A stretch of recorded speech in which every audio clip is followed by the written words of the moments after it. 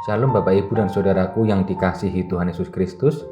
Puji Tuhan, kita diberi kesempatan kembali oleh Tuhan untuk mendapatkan kehidupan baru.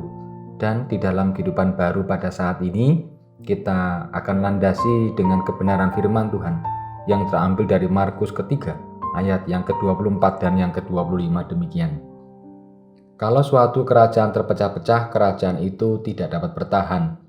Dan jika suatu rumah tangga terpecah-pecah, rumah tangga itu tidak dapat bertahan.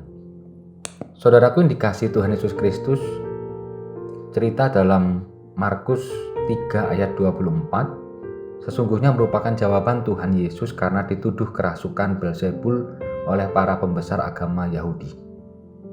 Beelzebul tidak bisa saling berebut kekuasaan.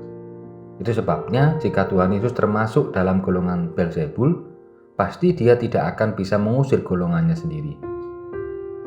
Di sisi yang lain, ketika dihayati dengan sungguh, perkataan Tuhan Yesus tentang menjadi kuat ketika hidup bersama adalah sungguh benar.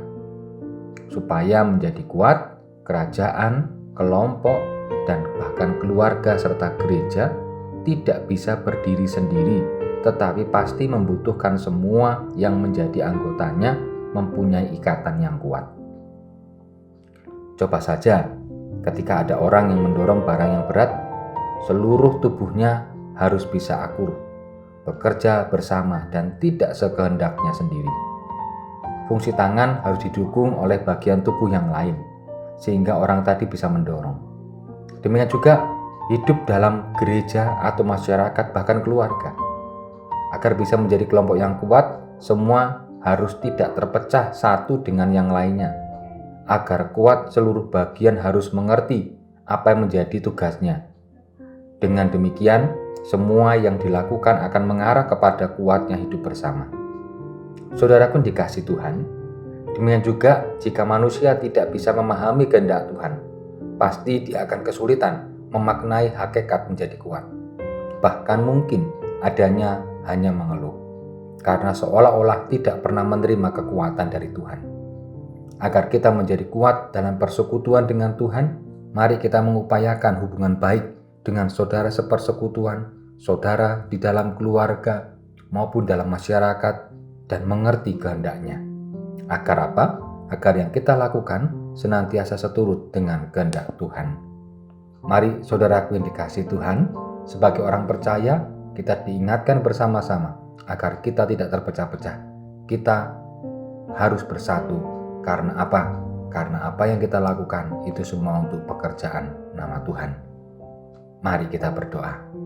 Terima kasih Tuhan bahwa hidup kami saat ini adalah karena kasih setiamu. Kami diminta untuk belajar tidak terpecah-pecah. Kami harus bersatu karena setiap pekerjaan kami, baik itu dalam keluarga, masyarakat, gereja, atau dimanapun berada, itu semua untuk memancarkan kemuliaan Tuhan.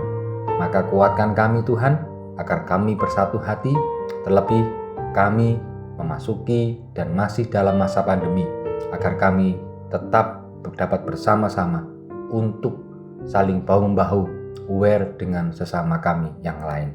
Terima kasih Tuhan Yesus, dalam namamu kami berdoa. Amin.